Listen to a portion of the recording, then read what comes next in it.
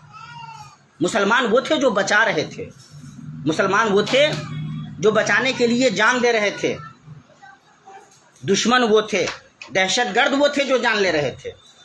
تو اگر آپ مسلمانوں کو دیکھنا چاہتے ہیں تو ان میں دیکھیے نا جو جان بچانے کے لیے اپنی جانوں کی قربانی پیش کر رہے تھے۔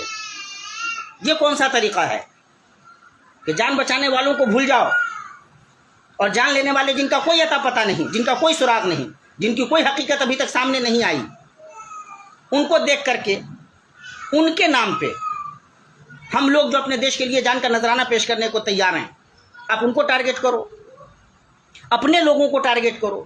اور دشمن چاہتا بھی یہی ہے کہ اس سوشل فیبرک کو تباہ کر دیا جائے۔ اگر اس ٹریپ میں پھنس گئے تو آپ لکھ لیجئے کہ یہ صرف ایک کمیونٹی کا نہیں، پورے دیش کا نقصان ہے۔ اس کو سمجھنا ضروری ہے، اس کو کہنا ضروری ہے۔ اسی طرح اس موقع سے مسلم لیڈرشپ کو بھی بتانے کی ضرورت ہے کہ تربیت کا نظام اچھا کرنا ہوگا۔ حالات جب اس طرح کے پیدا ہوتے ہیں تو بہت سارے نادان ان گمراہ کن اسکالرز کے ہاتھوں چڑھ جاتے ہیں جن کے پاس علم نہیں ہوتا، جو جہاں تہاں بیٹھے ہوتے ہیں اور سوشل میڈیا کے ذریعے بھڑکانے کا کام کرتے ہیں۔ جو لوگ بھڑکانے کا کام کرتے ہیں سوشل میڈیا میں رہ کر کے یا یہاں وہاں رہ کر کے، ان کے خلاف ایک مورچہ بنا کر کے رکھنا اور اپنے لوگوں کو صحیح تعلیم دینا یہ بہت ضروری ہے۔ یہ دیش ہمارا دیش ہے اور اس دیش پہ حملہ ہونے کا مطلب یہ ہے کہ ہمارے اوپر حملہ ہو رہا ہے۔ اگر اس دیش کے امن و امان کو بگاڑا جا رہا ہے تو اس کا مطلب یہ ہے کہ ہمارا امن و امان بگڑ رہا ہے۔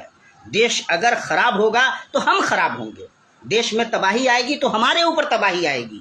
اس کا مطلب یہ ہے کہ دیش کے جس حصے میں بھی بدماشی کرنے کی کوشش کی جا رہی ہے، ہمارا یہ بہت کلیئر ویژن ہونا چاہیے کہ یہ ہمارے خلاف بھی ہو رہا ہے مکمل طریقے سے، اور اس دیش کو ہم شیئر کرتے ہیں اپنے ہندو برادران کے ساتھ، عیسائی برادران کے ساتھ، سکھ برادران کے ساتھ۔ ہمارے انٹرسٹ اور جو ہمارے نقصانات ہیں سب ہم شیئر کرتے ہیں آپس میں۔ اس لیے یہ ذہن بنانا بہت ضروری ہے۔ ہر طبقے میں، ہر مذہب میں کچھ ایسے لوگ ہوتے ہیں جو نفرت کو ہوا دینے کا کام کرتے ہیں۔ ہندوؤں میں بھی ایسے لوگ ہیں، کچھ مسلمانوں میں بھی ہیں، اور وہ یہ چاہتے ہیں کہ نفرت کی یہ فضا بنی رہے تاکہ ان کے فوائد ہوں اور عام لوگوں کی زندگی تباہ ہوتی رہے۔